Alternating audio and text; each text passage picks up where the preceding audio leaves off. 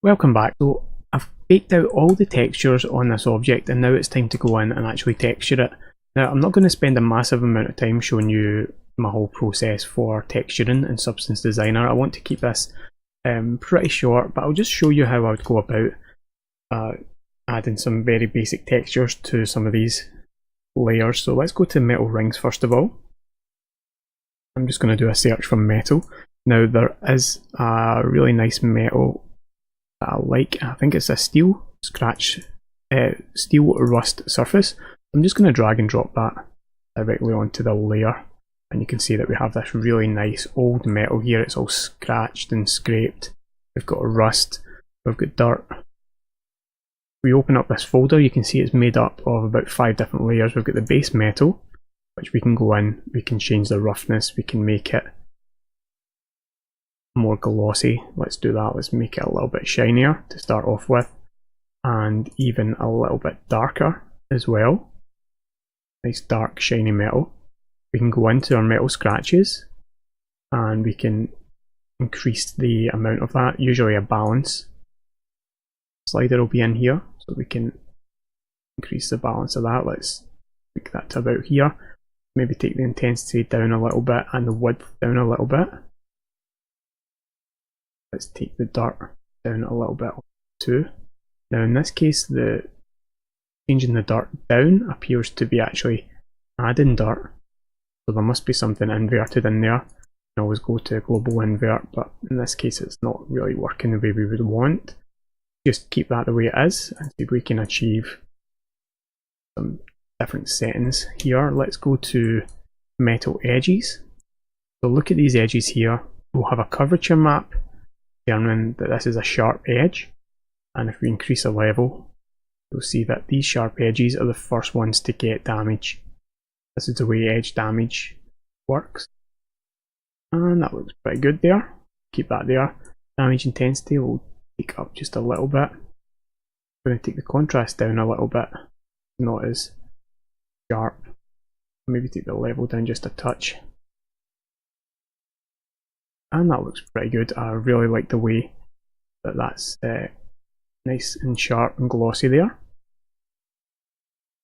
Right, let's go to our rust setting.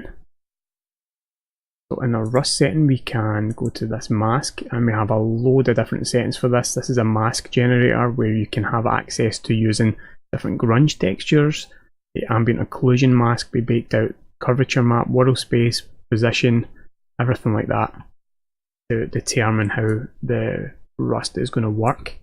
In this case, what I'll do is I'll just tweak the global balance all the way down and see what the metal looks like without this rust layer, and then see what it looks like with all rust. And you can see the way the rust works there.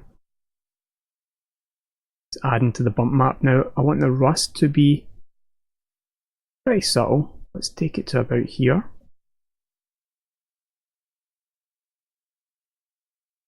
Let's look at the curvature. Let's increase the curvature setting here. Increase this up and down. You can see how that affects it. You can also open up these layers and then look at this. So let's go to cavities. Increase and decrease the curvature setting. See how that works. And let's change this to dual.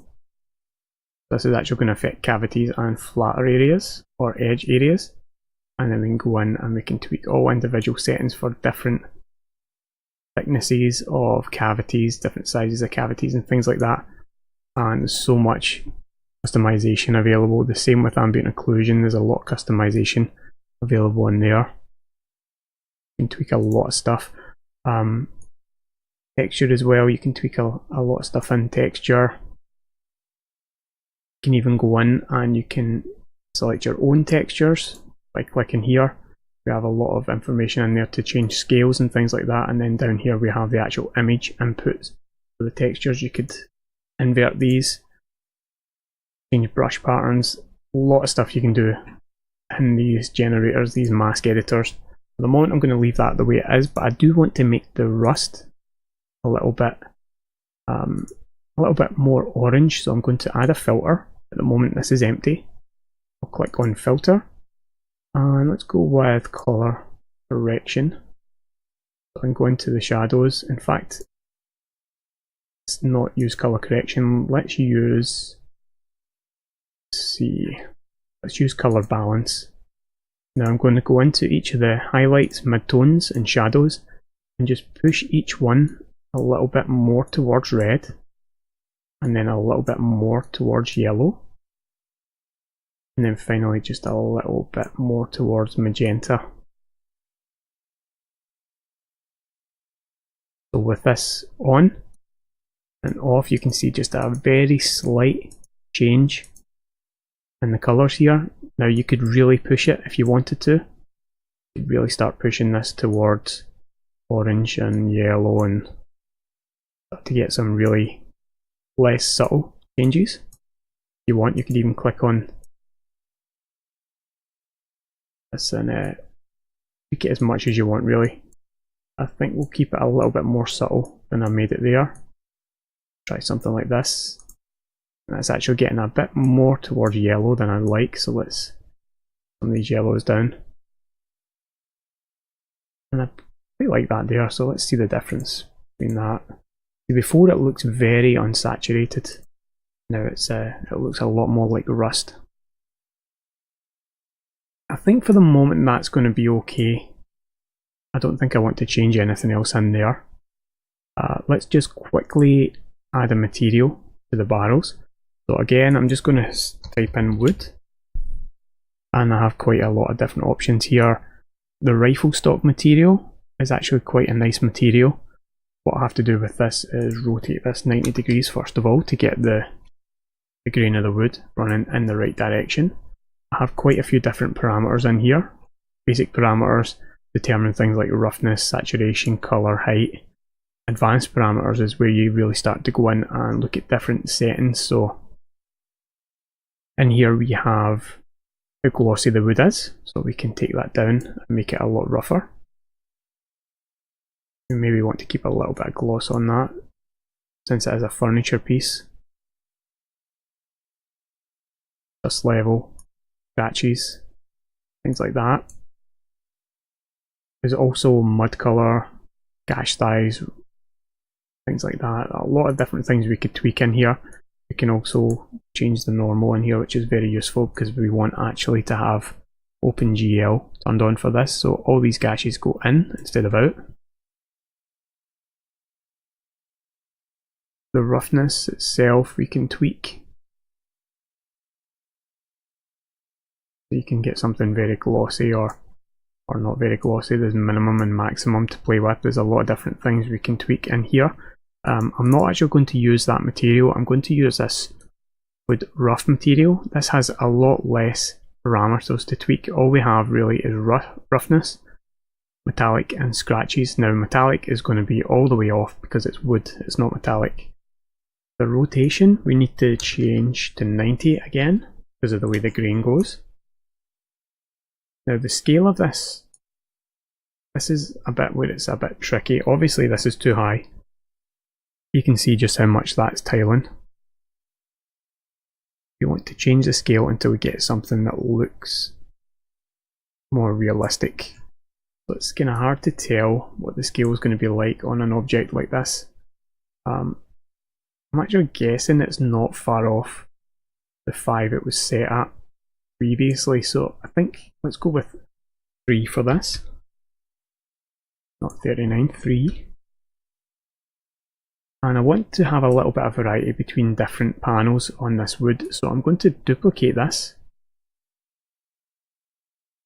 And I'm simply going to go into the colour and just slightly tweak saturation and value on one of these. I'm also going to take the roughness down to about 0.4 just to make it a little bit more glossy. Then I'm going to add black mask to each of these. I'll go into my poly select and I'll set it up to full object. And we're setting this to white, and I'm basically just going to go in, click on every second one of these. Now you can come up with as many different variations on the colours of wood as you like. I'll do this again here and here. I'll go into this other one and I'll do all the other ones. Now I'll just do this simply. The UV template, drag and select all of those. Go back to our paintbrush so we lose that grid of this, and now we have barrel fully textured pretty much. I'll just use the same technique on the top, and I'll just do that between videos. So the last thing I maybe want to do in here is maybe just make these a little bit different. So just a very slight difference between these. Now I could always go in and tweak these even more, even change offsets and rotations and things like that. But I think this actually looks pretty good. So we'll leave that the way it is for now. So between videos I'm going to add the same material to the top, and then we'll add a few more additional details, and then we'll get back to Blender to bake all our textures.